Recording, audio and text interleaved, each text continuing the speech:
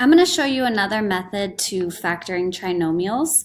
If you like the box method and you like to do the reverse box method, I'm going to show you how to do that, and maybe when you went through the problem you just messed up a little bit, so this video will hopefully help you to correct that mistake. So when we're factoring using the box method, we need to draw the box, and we're going to always put this a term, this 2x squared, in the first box, and this last c term, negative 10, in the other box.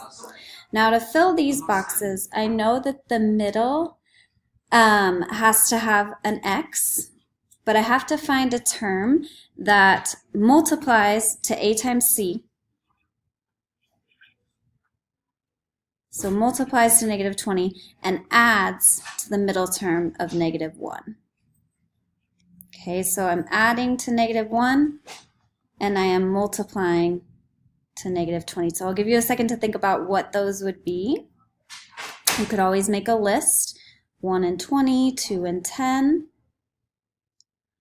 And hopefully, did you find that it should be a negative 5? And the other one should be a 4. So negative 5 times 4 is negative 20. And negative 5 plus 4 is negative 1.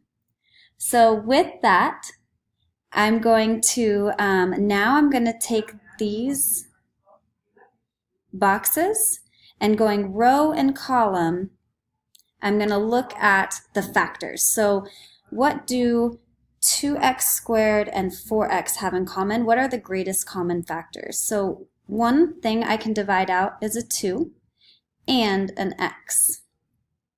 I'll give you a second to think about this. What are both of these divisible by? The 5x and the negative 10? And it would be a negative 5.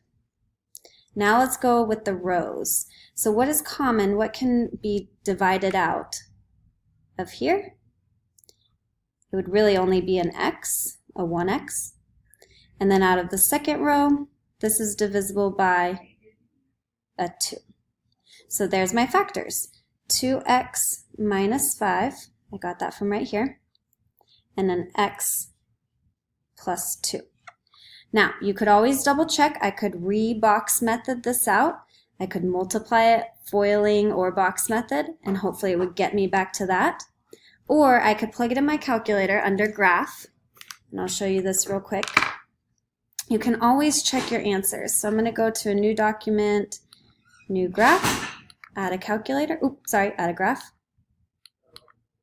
Add graph. And I'm going to type in my original, the 2x squared minus x,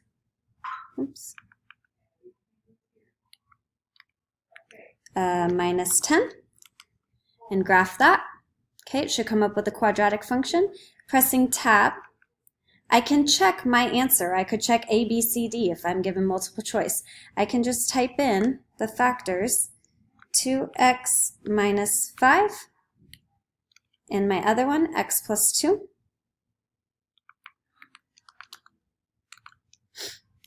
Press enter, and hopefully it is. It's the exact same graph. It was traced right over it, so I know my answer is correct. If it came up with a totally different graph, maybe shifted over here, I didn't factor it correctly.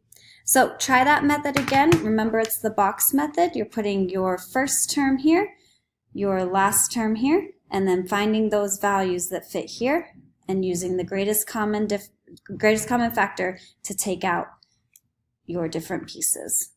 If you don't like that, try it with the calculator too. You could always check your answers using the calculator.